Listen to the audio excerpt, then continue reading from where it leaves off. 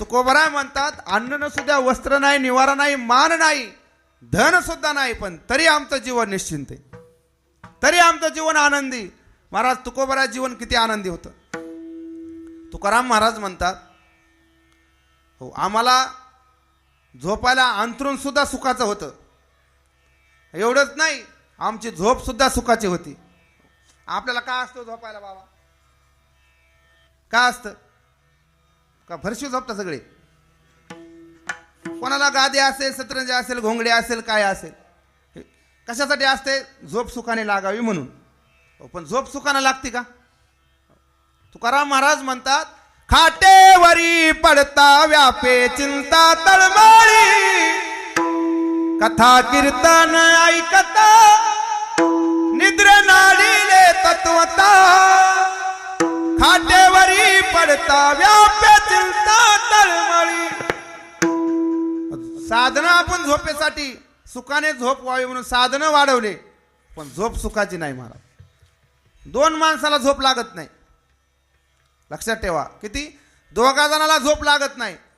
ज्याचं दुखतंय त्याला एक झोप लागत नाही, ज्याला दुसऱ्याचं खपत नाही त्याला एक झोप लागत नाही.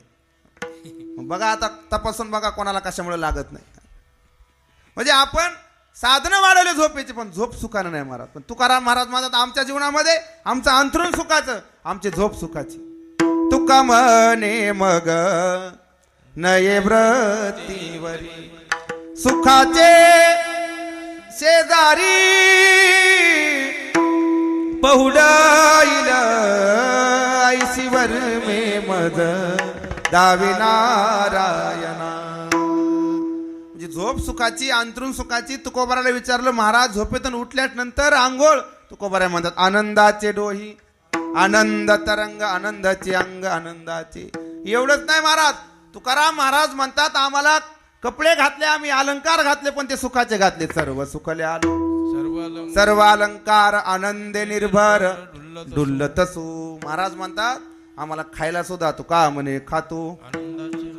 आपलं तसं आहे का हो, आपलं कसं आहे, तू का म्हणे खातो. शुगरच्या गोळ्या तू का म्हणे खातो, चिंतेच्या गोळ्या. आपण म्हणू शकत नाहीत खातो आनंदाचे लाडू. महाराज म्हणतात आमचं जेवण सुद्धा आनंदाचं आहे. बरं आता जेवण आनंदाचं झाल्यावर मग ढेकर येत असतात, ढेकर का दुःखाचे येतील का. तुकाराम महाराज म्हणतात जे जेवण आम्ही केलं तेच आम्हाला ढेकर येतात. तेची येतात ढेकर आनंदाचे हरिहर, आनंदाचे हरिहर, आनंदाचे हरिहर. म्हणजे मला सांगायचा मुद्दा काय, तुकोबरायला अन्न नाही, वस्त्र नाही, निवारा नाही, अन्न नाही, मान नाही, धन नाही, आणि हे सगळं आपल्याला आहे, सर्व आपल्याला आहे, तरी आपलं जीवन निश्चिंत नाही. याच्यातलं महाराजांना काहीच नाही, तरी महाराज म्हणतात आम्ही निश्चिंत आहेत. महाराजांना विचारलं तुमच्या निश्चिंतेचं कारण काय. तुकोबराय म्हणतात आम्ही फक्त त्या एका भगवान परमात्म्याच्या गुणाचा आश्रय केला आणि त्यामुळे आमचं जीवन निश्चिंत झालं. आम्ही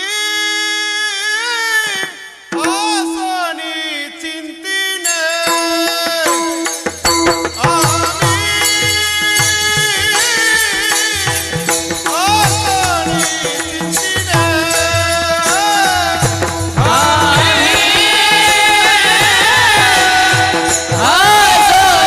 चिंतीने,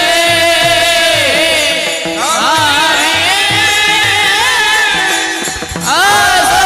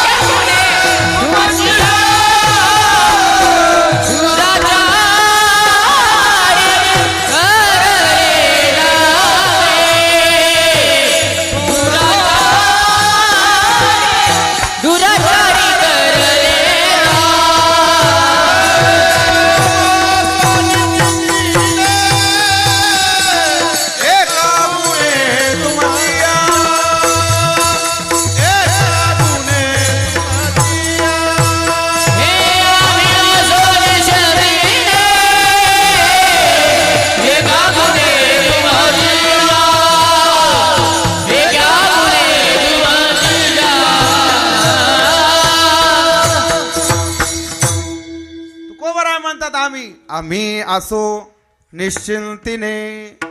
पण कारण काय, कशाच्या आधारे तुकोबराय म्हणतात एका गुणे तुमची या अभंगातून तुकोबराय देवाबरोबर बोलतात. एका गुणे तुमची निश्चिंत होण्याचा गुण तुकोबराय म्हणतात देवा तुमच्याशिवाय दुसरे कोणाकडे. या अभंगातून तुकोबराय देवाबरोबर बोलतात. असे बरेचसे अभंग आहेत. काही अभंगात तुकोबरायने जनाबरोबर बोललेत, काही अभंगात तुकोबराय मनाबरोबर बोललेत, काही अभंगात तुकोबराय देवाबरोबर बोललेत. पण विषय मात्र देव. जनाला जरी बोलले तरी विषय देवच, मनाला जरी बोलले तरी विषय देवच, देवाला जरी बोलले तरी विषय देवच. विठाला विठाला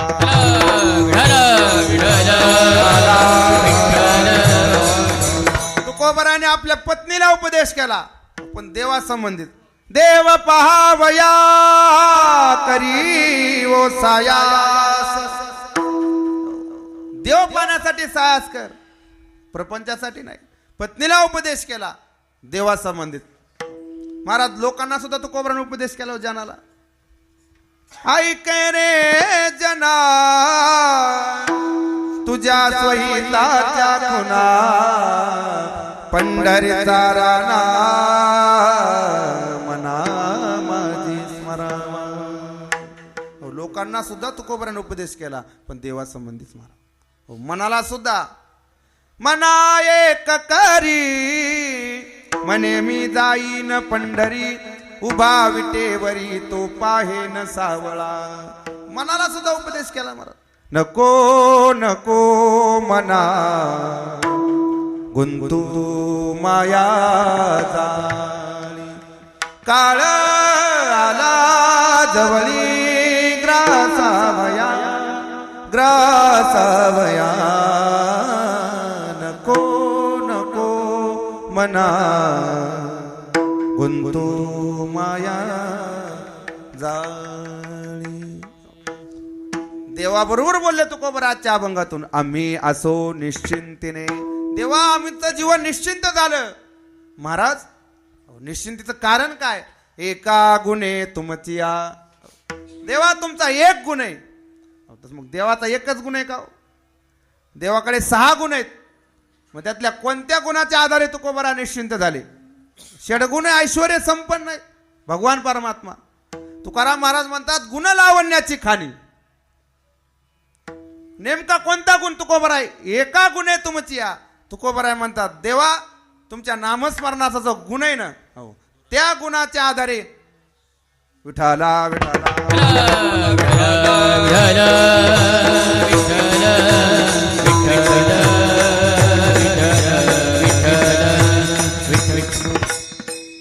तुकोबराय म्हणतात एका गुण तुमचा, एक गुण नामस्मरणाचा हा गुण, तो गुण आम्ही धारण केला अंतकरणामध्ये, अर्थात नाम धारण केलं आणि त्या नामाच्या आधारे आमचं जीवन निश्चिंत झालं. महाराजांना विचारलं महाराज तुमचं जीवन निश्चिंत झालं का हो नामाच्या आधारे. तुकोबराय म्हणतात माझं तर झालं, पण असं पुराणामध्ये मी ऐकलंय अहो एकेकाळचा लुटारू चोऱ्या माऱ्या करणारा वाल्या कोळी त्यानं काय केलं महाराज, नारदाच्या उपदेशाने फक्त भगवंताचा रामनामाचा जप केला. महाराज एका काळचा लुटारू असणारा